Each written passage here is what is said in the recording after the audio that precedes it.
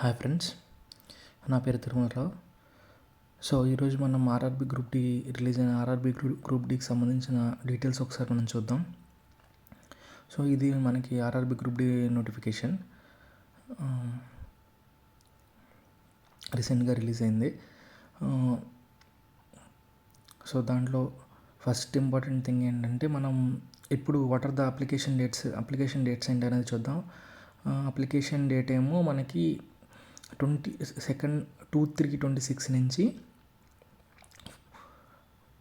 31/1/26 నుంచి 2/3/26 వరకు మనకి అప్లికేషన్ డేట్ అనేది ఇచ్చారు. లాస్ట్ డేట్ అనేది మనకి సబ్మిషన్కి 4/3/26. ఓకేనా, March 4th సో అప్లికేషన్ అనేది ఎండ్ అయిపోతుంది. So and details of the vacancies, ఎన్ని వేకెన్సీస్ ఉన్నాయి.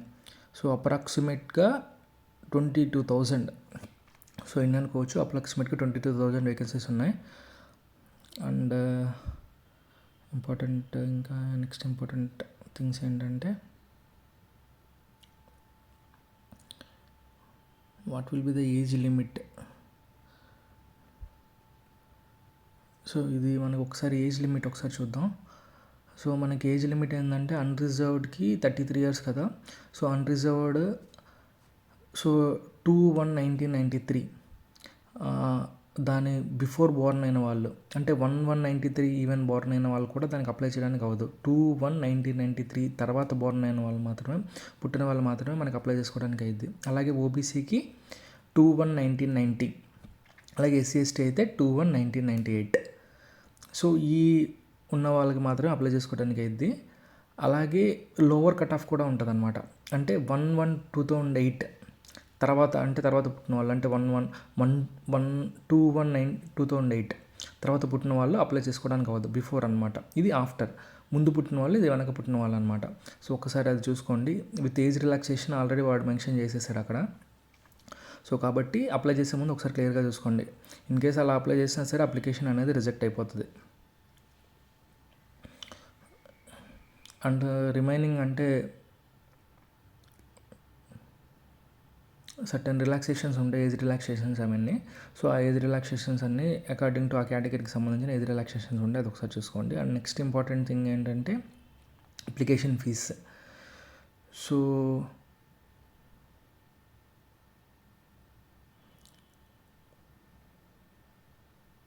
అప్లికేషన్ ఫీజు అనేది మనకి జనరల్ అండ్ ఓబీసీకి అప్లికేషన్ ఫీజు అనేది 5,000 రూపీస్.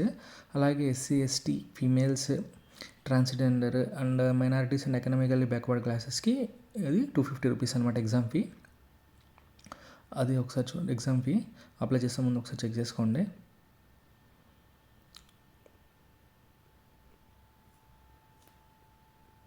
నెక్స్ట్ వన్, మనకి ఎగ్జామ్ ప్రాసెస్ అనేది ఎలా ఉంటుంది. ఎగ్జామ్ ప్రాసెస్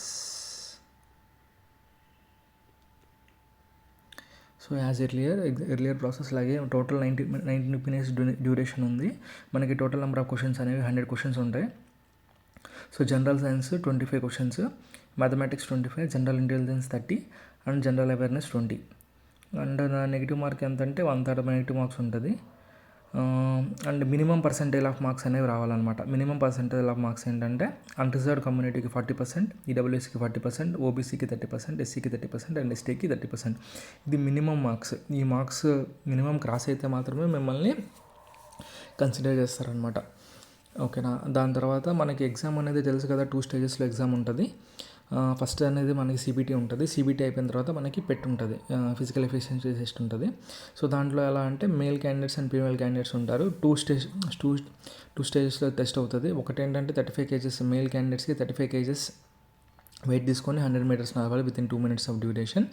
అండ్ తర్వాత ఏంటంటే రన్నింగ్ అనమాట. 1 kilometer మనం 4 minutes 15 secondsలో పరిగెత్తాలి. అండ్ ఫీమేల్ క్యాండిడేట్స్ అయితే 20 kgs 100 meters తీసుకొని వెళ్ళాలి. అలాగే డిస్టెన్స్ ఏంటంటే వాళ్ళకి సేమ్ 1 kilometer 5 minutes 40 seconds అనమాట. ఇవి మెయిన్ ఇంపార్టెంట్ మేజర్ థింగ్స్ అనమాట. అండ్ అలాగే ఎడ్యుకేషన్ క్వాలిఫికేషన్ అనేది మనకి 10th కానీ ITI కానీ, సో ఏదైనా సరే మనం ఎడ్యుకేషన్ క్వాలిఫికేషన్ ఉంటే సో మనం అప్లై చేసుకోవచ్చు. 10th ఉన్న ITI ఉన్న. అండ్ కొంతమంది కంప్లీషన్ సర్టిఫికేట్ అని ఉంటుంది అనమాట. రైల్వేలో వాళ్ళు ఆల్రెడీ రైల్వేలో అప్రెంటిస్‌షిప్ చేసి ఉంటారు. సో వాళ్ళకి ఆల్రెడీ ఈసారి ఏం చేశారంటే ఈసారి నోటిఫికేషన్‌లో వాళ్ళకి సపరేట్‌గా పోస్ట్ అనేవి రిజర్వ్ చేశారు. This is very very good step. Apprentice చేసిన వాళ్ళకి సపరేట్గా వాళ్ళ వరకే పోస్టులు అనేది మనకి రిజర్వ్ చేసి పెట్టారు. సో ఇవి మేజర్ ఇంపార్టెంట్ డీటెయిల్స్ అనమాట. ఒకసారి డేట్ చూసుకోండి. అండ్ అప్లికేషన్ ప్రాసెస్ అనేది యాజ్ ఇట్ ఈస్ ఆల్రెడీ ఎవరైతే ఎన్టీపీసీ వాటికి అప్లై చేసి ఉంటారో ఎర్లియర్ కనుక రైల్వే ఎగ్జామ్స్కి కనుక అప్లై చేసి ఉంటే the process is simple. Same login ID password ఉంటుంది. ఆ లాగిన్ ఐడితో లాగిన్ అవ్వండి. ఇన్సైడ్ మనకి నోటిఫికేషన్స్ వేరియస్ నోటిఫికేషన్స్ చూపిస్తుంది. మీరు ఇప్పుడు ఆర్ఆర్బీ గ్రూప్ డి అప్లై చేయాలి కాబట్టి గ్రూప్ డి సెలెక్ట్ చేసుకుంటే ఆల్రెడీ మీ డీటెయిల్స్ అన్నీ లోపలే ఉంటాయి. అవి ఫెచ్ అయిపోతాయి. జస్ట్ మనం చూసుకొని what are the remaining details అనమాట. Remaining details 1 or 2 details fill చేసేసి సబ్మిట్ చేసేయడమే. కొత్తగా ఏం ప్రాసెస్ లేదు. బట్ ఇనీషియల్గా చేసుకునే వాళ్ళు ఏంటంటే కొంచెం ప్రాసెస్ ఉంటుంది. రిజిస్ట్రేషన్ ప్రాసెస్ అంతా కంప్లీట్ చేసుకోవాలి. వన్స్ రిజిస్ట్రేషన్ ప్రాసెస్ కనుక మీరు కంప్లీట్ చేసుకుంటే నెక్స్ట్ ఫర్దర్ నోటిఫికేషన్స్ కూడా ఈ సేమ్ ఇంకా సిమిలర్ అనమాట. జస్ట్ లాగిన్ ఐడి పాస్వర్డ్తో లిమిట్ చేస్తే ఆల్రెడీ డీటెయిల్స్ అనేవి ఆల్రెడీ ఎగ్జిస్ట్ అయి ఉంటాయి కాబట్టి అవి ఈజీగా మీరు అప్లై చేయడానికి. సో ఇది మేజర్ డీటెయిల్స్ అనమాట. మెయిన్గా చూసుకోండి, March 4th will be the last date of submitting the application.